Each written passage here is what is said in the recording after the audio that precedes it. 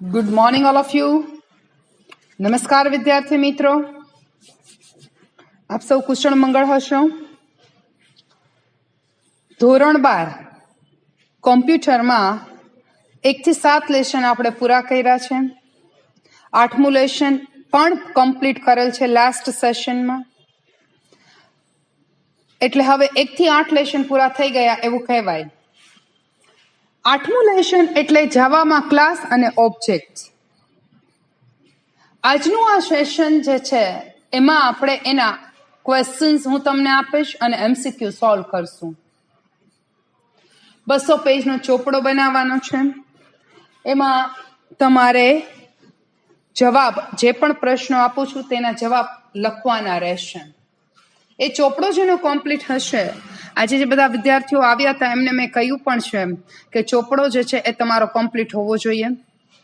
એ ચોપડો જેનો કમ્પ્લીટ હશે, મારી સાઇન હશે, એની જ હું બોર્ડની પરીક્ષા લઈશ. જે પ્રેક્ટિકલ એક્ઝામ લેવાની થાય છે ને એ. તો એ ચોપડો કમ્પ્લીટ કરી લેવો, બરાબર છે? એટલે તમને જ ઉપયોગી થશે. ચલો હું તો પરીક્ષા લઈ લઉં તમારા લોકોની, ચલો આપણે એવું કંઈ ના કરીએ. પણ જો એમાં જે આપણે છે ને MCQ આવે છે, મલ્ટિપલ ચોઇસ ક્વેશ્ચન થિયરીમાં, તો એવા સમયે તમે જો ચોપડો બનાવેલો હશે, એક વખત તમે લખેલું હશે બધું, તો તમારા માઇન્ડમાં કાંઈ હશે અને જવાબ લખી શકશો. અધરવાઇઝ નહીં લખી શકાય એમ, બરાબર છે? થોડો પ્રોબ્લેમ થશે તમને. એટલે ચોપડો બનાવવો હિતાવહ છે, બરાબર છે? એટલે ચોપડો બનાવી લેજો, ન બનાવ્યો હોય તો. અને બનાવી જ લીધો છે તો કમ્પ્લીટ કરી નાખવાનો જો અધૂરો હોય તો, બરાબર છે? એ તમારા સારા માટે છે. ઓકે, આજના આ સેશન એટલે કે લેસન 8 ના ક્વેશ્ચન્સનું સેશન. લેસન 8 એટલે જાવામાં ક્લાસ અને ઓબ્જેક્ટ. પહેલો પ્રશ્ન, જાવામાં ક્લાસ એટલે શું? અગેન રિપીટ કરું છું, જાવામાં ક્લાસ એટલે શું? પ્રશ્ન 2, જાવામાં વેરિયેબલ કેવી રીતે એક્સેસ કરી શકાય?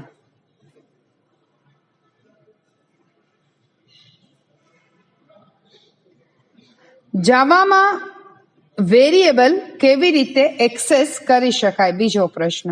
ત્રીજો પ્રશ્ન, જાવામાં ઇન્સ્ટન્સ મેથડ કોલ કરવાની પદ્ધતિ જણાવો. જાવામાં ઇન્સ્ટન્સ મેથડ કોલ કરવાની પદ્ધતિ જણાવો. ચોથો પ્રશ્ન, ક્લાસ વેરિયેબલ અને ક્લાસ મેથડ એટલે શું?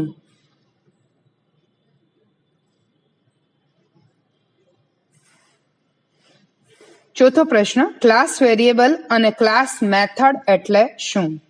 પાંચમો પ્રશ્ન, ક્લાસમાં ઘોષિત કરેલા ચલનું વર્ગીકરણ સમજાવો. છઠ્ઠો પ્રશ્ન, પોલીમોર્ફિઝમ અને કન્સ્ટ્રક્ટર્સ એટલે શું? સમજાવો. સાતમો પ્રશ્ન, એક્સેસ કંટ્રોલ માટેના વિઝિબિલિટી મોડિફાયર વિશે સમજૂતી આપો.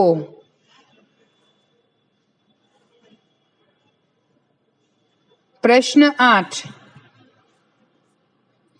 એક્સેસર અને મ્યુટેટર મેથડ વિશે સમજૂતી આપો. પ્રશ્ન 9, નીચેના વિશે સમજૂતી આપો. પહેલું, ઇનહેરિટન્સ. બીજું, સુપર ક્લાસના પ્રાઇવેટ મેમ્બર. ત્રીજું કમ્પોઝિશન અને એગ્રીગેશન. ચોથું સુપર ક્લાસના પ્રોટેક્ટેડ મેમ્બર. સુપર ક્લાસના પ્રોટેક્ટેડ મેમ્બર. બરાબર છે. આટલા પ્રશ્નના જવાબ તમારે લખવાના રહેશે. હવે એમસીક્યુ એ તમારે લખવાના નથી, ફક્ત આના સબ્જેક્ટિવ પ્રશ્નો જે આપેલા છે એના જવાબ લખવાના છે. હવે આવે છે એમસીક્યુ. નીચેનામાંથી એટ્રીબ્યુટ અને મેથડને કોણ વ્યાખ્યાયિત કરે છે? એ ક્લાસ, બી ઓબ્જેક્ટ, સી ઇન્સ્ટન્સ અને ડી વેરિયેબલ. સાચો જવાબ એ ક્લાસ. નીચેનામાંથી કયો ચાવીરૂપ શબ્દ ક્લાસ વેરિયેબલ અને ક્લાસ મેથડને ઘોષિત કરવા માટે વપરાય છે? A static, B private, C public, D package. સાચો જવાબ એ સ્ટેટિક. ત્રીજો પ્રશ્ન, નીચેનામાંથી કયો પ્રક્રિયક ઓબ્જેક્ટ બનાવે છે અને તેનો રેફરન્સ પરત કરે છે? A dot, B new, C colon, D assignment. સાચો જવાબ બી ન્યૂ. ચોથો પ્રશ્ન, ક્લાસનો ઇન્સ્ટન્સ બનાવ્યા વિના નીચેનામાંથી કઈ મેથડ કોલ કરી શકાય છે? A instance method, B class method, C constructor method, D આપેલ તમામ. B class method. પાંચમો પ્રશ્ન, નીચેનામાંથી એક સમાન નામ ધરાવતી પણ અલગ અલગ પ્રાચલો સાથેની એક કરતા વધારે મેથડનો ઉલ્લેખ કોણ કરે છે? એ ઓવરલોડેડ મેથડ્સ, બી ઓવરરિડન મેથડ્સ, સી ડુપ્લિકેટ મેથડ્સ અને ડી આપેલ તમામ. સાચો જવાબ એ ઓવરલોડેડ મેથડ્સ. છઠ્ઠો પ્રશ્ન, નીચેનામાંથી કઈ મેથડ ઓબ્જેક્ટ બનાવતા સમયે આપોઆપ ઇન્વોક થાય છે? A instance method, B constructor, C class method, D આપેલ તમામ. સાચો જવાબ બી કન્સ્ટ્રક્ટર. સાતમો પ્રશ્ન, નીચેનામાંથી કયો ચાવીરૂપ શબ્દ સબક્લાસ કન્સ્ટ્રક્ટરમાં સુપરક્લાસ કન્સ્ટ્રક્ટરનો ઉલ્લેખ કરે છે? એ એક્સટેન્ડ્સ, બી સુપર, સી સુપરક્લાસનું નામ, જી ન્યૂ. સાચો જવાબ એ એક્સટેન્ડ્સ. આઠમો પ્રશ્ન, નીચેનામાંથી જાવામાં ઇન્સ્ટન્સ મેથડ ઇન્વોક કરવા માટે શું વપરાય છે? એ ઓબ્જેક્ટનું નામ, કોલન અને મેથડનું નામ, બી ઓબ્જેક્ટનું નામ, જોચ અને મેથડનું નામ, સી ક્લાસનું નામ, કોલમ અને મેથડનું નામ. ડી ક્લાસનું નામ, ડોટ અને મેથડનું નામ. સાચો જવાબ બી ઓબ્જેક્ટનું નામ, ડેટા અને મેથડનું નામ. 9મો પ્રશ્ન, નીચેનામાંથી ઇન્સ્ટન્સ મેથડ વડે શું એક્સેસિબલ છે?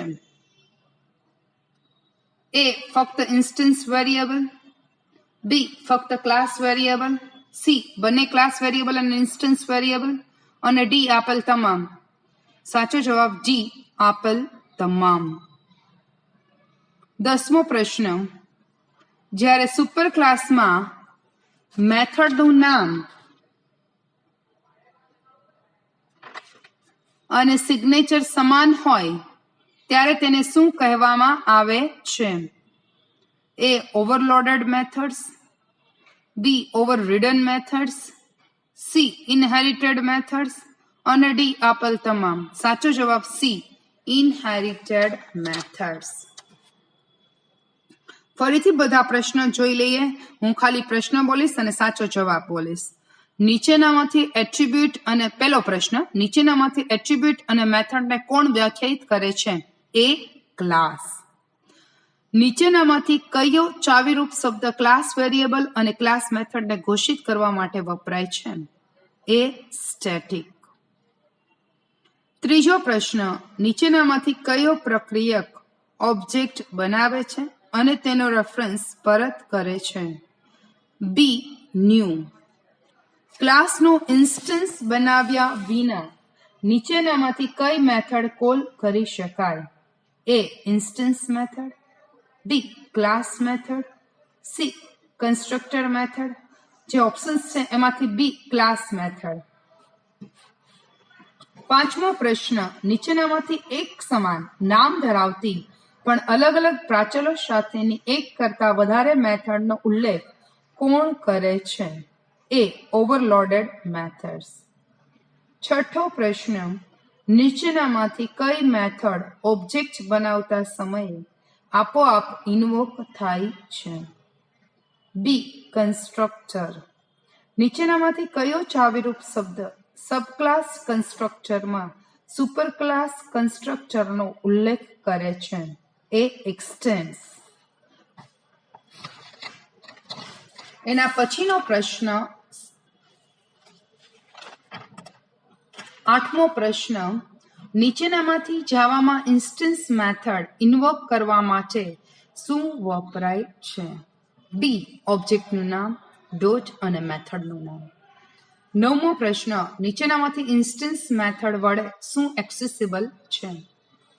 ડી આપેલ તમામ. એટલે કે એ ફક્ત ઇન્સ્ટન્સ વેરિયેબલ, બી ફક્ત ક્લાસ વેરિયેબલ, સી બંને ક્લાસ વેરિયેબલ અને ઇન્સ્ટન્સ વેરિયેબલ, અને ડી આપેલ તમામ. સાચો જવાબ ડી આપેલ તમામ છે.